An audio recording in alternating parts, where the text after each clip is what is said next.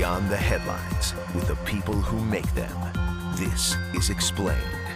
Now, here's Steve Fullhart. 1 year ago yesterday, the then president of the University of Washington was announced as the man who would come to the Brazos Valley and lead Texas A&M. Michael K. Young has been in charge since May 1st, and he's had the chance to find his footing and learn about some things that are affecting this school. And he gave us an hour of his time a couple of weeks ago to talk with us about some of those issues. We sat down in his office in the administration building. First of all, thank you very much for sitting down with us. We greatly appreciate it. My pleasure. Delighted to do it. What do you think Texas A&M's role is in the Bryan College Station community, to this community? Well, I think we're important to the community. This tremendous amount of economic stimulation that obviously occurs when you have 59,000 students here, and we're 65,000 altogether, but 59,000 of them are here. All the staff and faculty that support that, tremendous economic activity. But also economic activity of another sort, which is as we particularly ramp up our commercialization activities, the opportunity, I think, to create more businesses here is real, is significant. That has a lot of advantages because our students love living here. It's a wonderful place to live, and it's a great workforce, and the more places, companies and stuff we can get to site here are important. I also think there's a huge volunteer component to it. I mean, we have kids spread out through virtually all the schools doing student teaching. We have the big event. I think in turn the community is really important to us. The housing, providing the kinds of recreational, culinary, other kinds of opportunities for our students and faculty and staff. It matters. This was recently ranked by some study as the second best college town in the nation, and I think that's reflective of a community that really, in turn, helps us do our job better.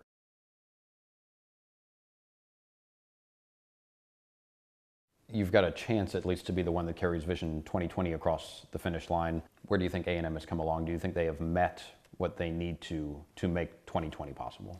I think so, in many different ways.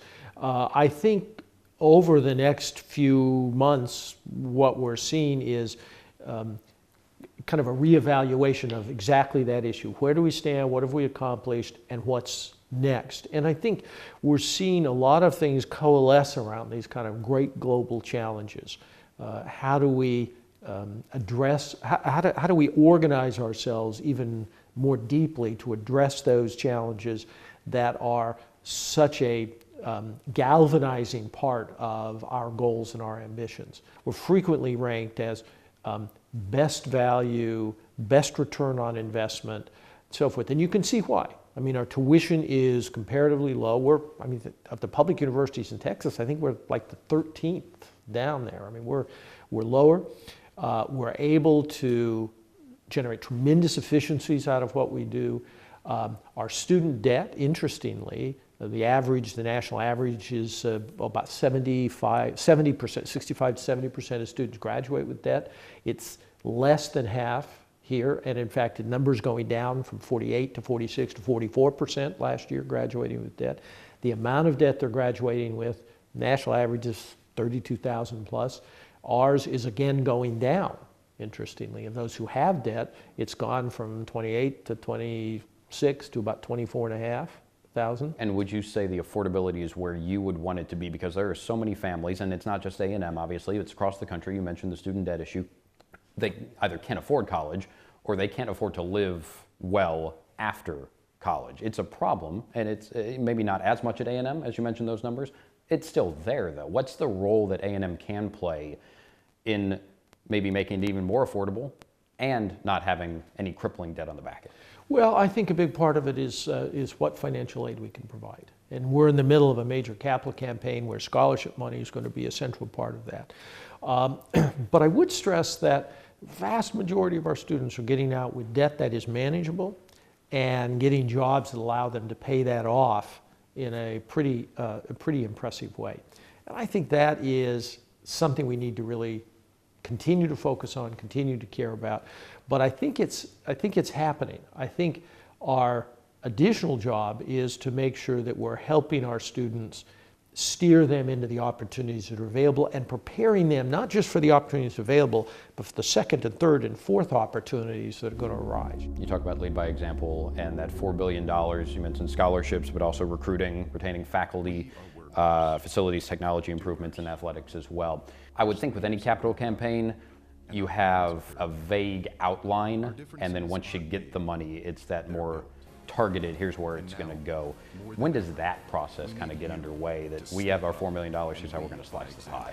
Well, it usually works a little bit opposite of that, in the sense that what you usually do is think about where are our priorities, where do we want, how much money would we think optimal out of that to direct towards scholarships.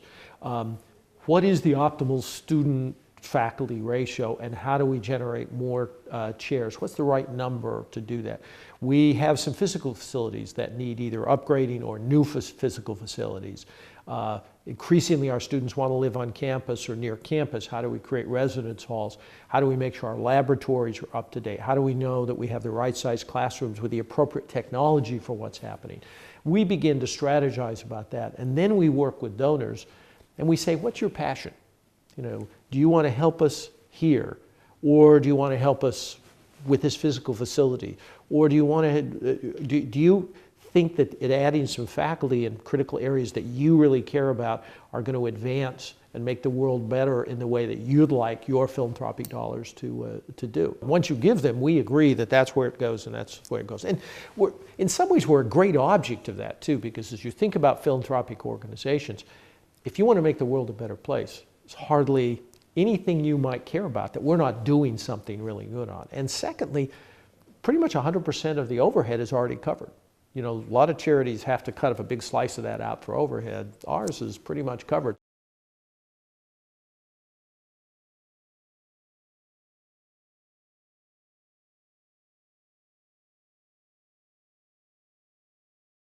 Scott Woodward was very familiar to you, obviously. He inherited you. He was at the AD at UW for a little while. What made him the best choice to come here and lead this athletics program? I appreciate deeply his values of the primacy of the student experience, the assurance that they are students. We saw some of the best GPAs we had ever seen at the University of Washington, best graduation rates, over a 10-year average, second only to Stanford in the Pac-12. I thought that was really very good. And I just have a lot of confidence in Scott's wisdom and Scott's judgment. Was it Eric Hyman's choice to leave Aggieland?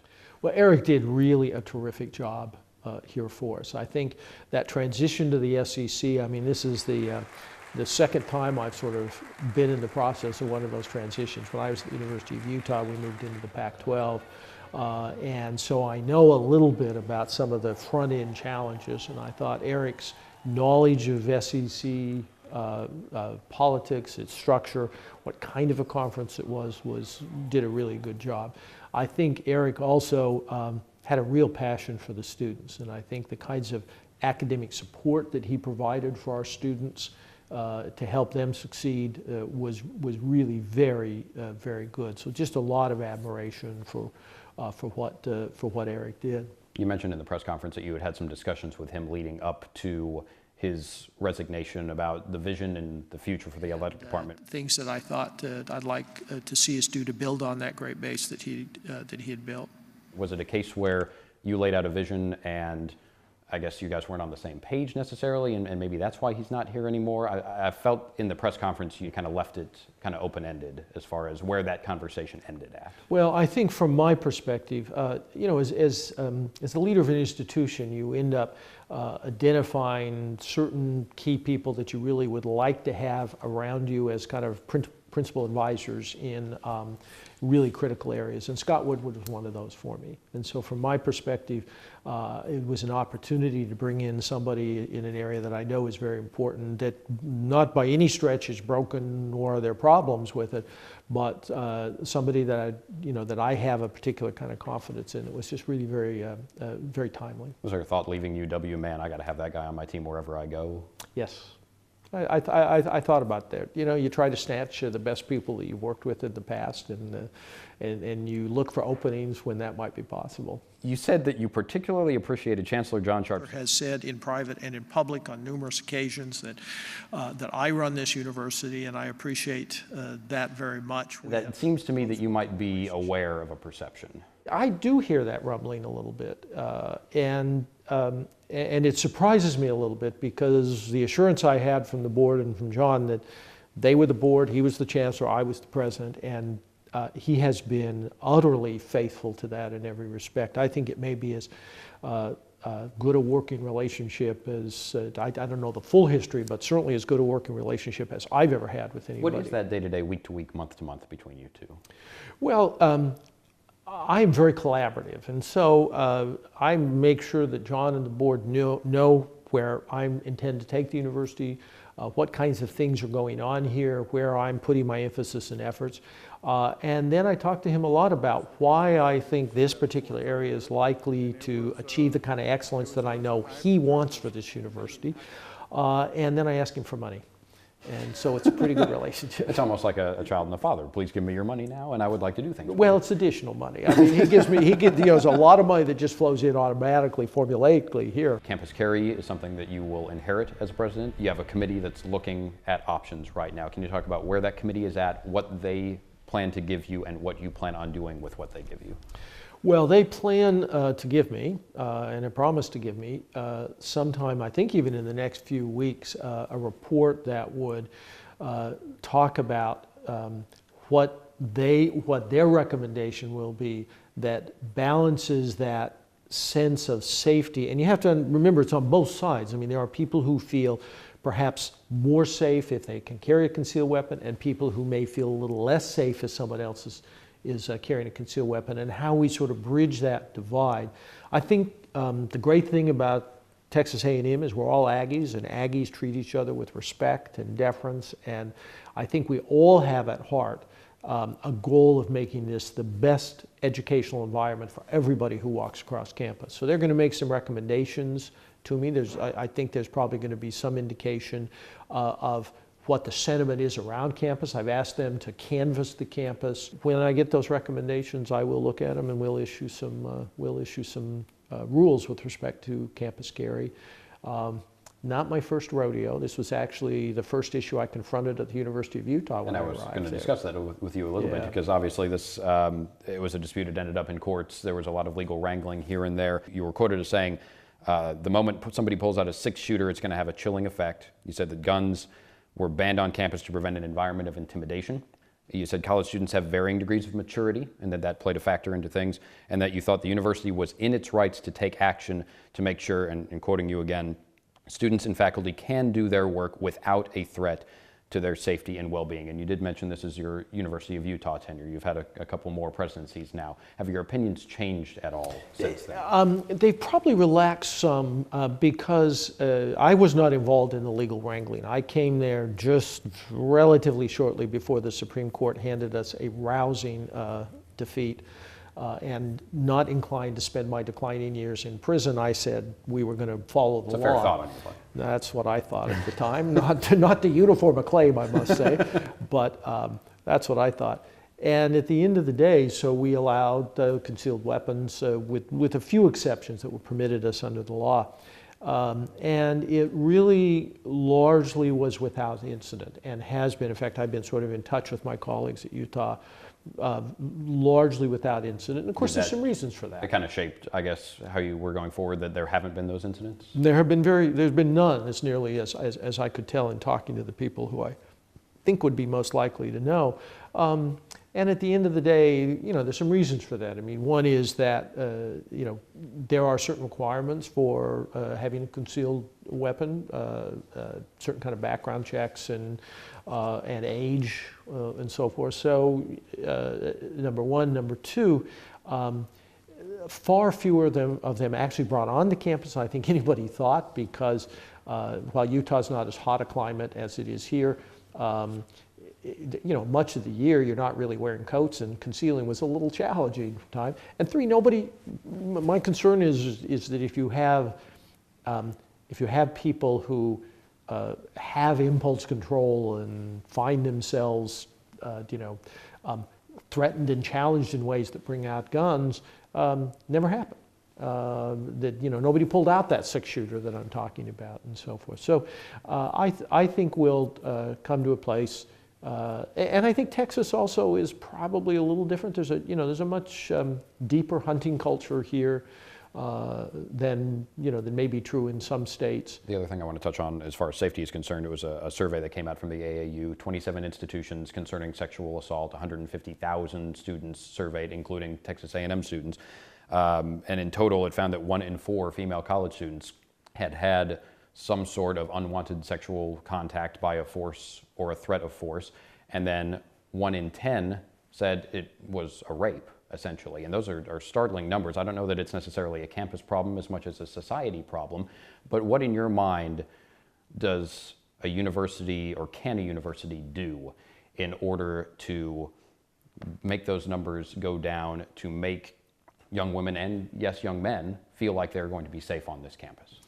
Well, one of the nice things about that very survey is suggests that it isn't as acute a problem here as it is in some institutions. Now, from my perspective, 1 is too many. We have been working on that here at this university for a while now, and I think those support services are pretty good. We've got some work to do, I think, in communicating the availability of those, but the services, when people engage them, we're getting pretty good reviews on how helpful they've been. Then you have the adjudicatory part, which is the most complicated part, that, to be honest, will never satisfy anybody. It doesn't satisfy the alleged victim, it doesn't satisfy the alleged perpetrator, it doesn't satisfy anybody, no matter what decision you come up with, and that's been a sad experience for a long time. But you have to do it, and do it as fairly and honestly and objectively as you possibly can, because it is important. The most important part, in my judgment, is prevention. And there, trying to get everybody to understand that this is a problem where we address it best not only by watching out for ourselves, but watching out for each other. You brought up the adjudication process and the fact that there would be inherent dissatisfaction in that process no matter what really is done. Duke University lacrosse situation, for example, where there was a false accusation and those kids' lives were turned upside down. And A&M, again, something you inherited, currently under investigation on the federal level when it comes to a situation where a student had been accused. There was no criminal charges put against them, but they did face a 7-month suspension, and wondering whether that process is correct. And the Texas Tribune was the first one to report on that, and they titled it a conundrum, which I think is probably the most appropriate word you could possibly have for that. It really is, because these are frequently cases. I mean, if you have predatory serial rapists, those are sad but easier cases to really sort of deal with. But so many of the cases involve alcohol and a lack of corroborating witnesses and evidence, and it creates a real challenge for institutions that are not inherently designed very well for adjudicatory process. You have to do it, because if it's happened, you have to do your very best to root it out. You have to do your very best even to use that punitive set of measures to protect. But it is probably the least satisfactory, in my experience at least, the least satisfactory part of anything that you do in this regard. There are things you can do that I hope are going to reduce the need for adjudication and focus on prevention.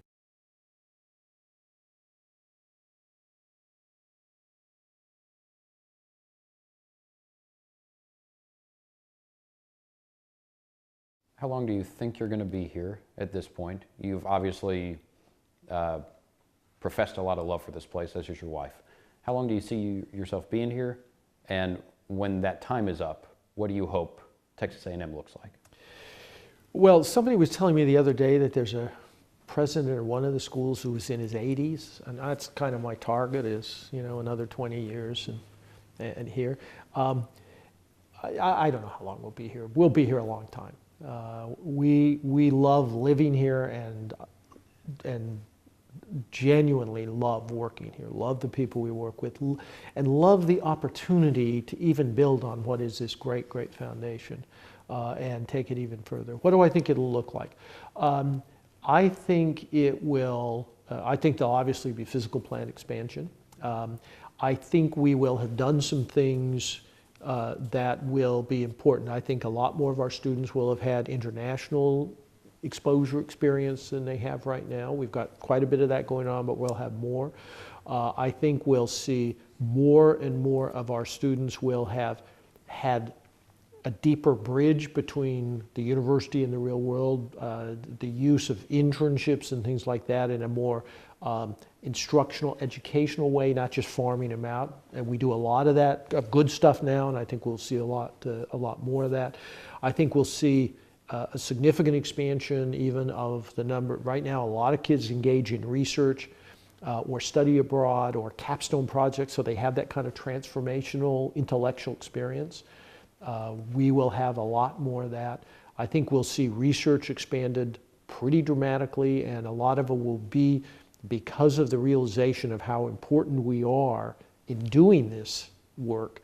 I think we're beginning to see a significant additional investment in the research enterprise here at the university. We'll see a lot more of that, and in areas that I think are really critical to the world, to Texas, and the nation and the world. I think those are the kinds of things we're likely to see. And a national championship in football, a couple of those. What responsibility will you take for those? Well, listen, I'm going to get the blame if we don't get them, so I might as well take the responsibility. I think there are a few people that would probably get that before you do, but if you're willing to take some. Take the credit if we get them. Mr. President, thank you very much for your time. My pleasure. Thank you. Greatly appreciate it. Thank you. This has been Explained. Subscribe for free from iTunes. You'll also find more of Explained at kbtx.com. This has been a presentation of KBTX Media, the Brazos Valley's news leader.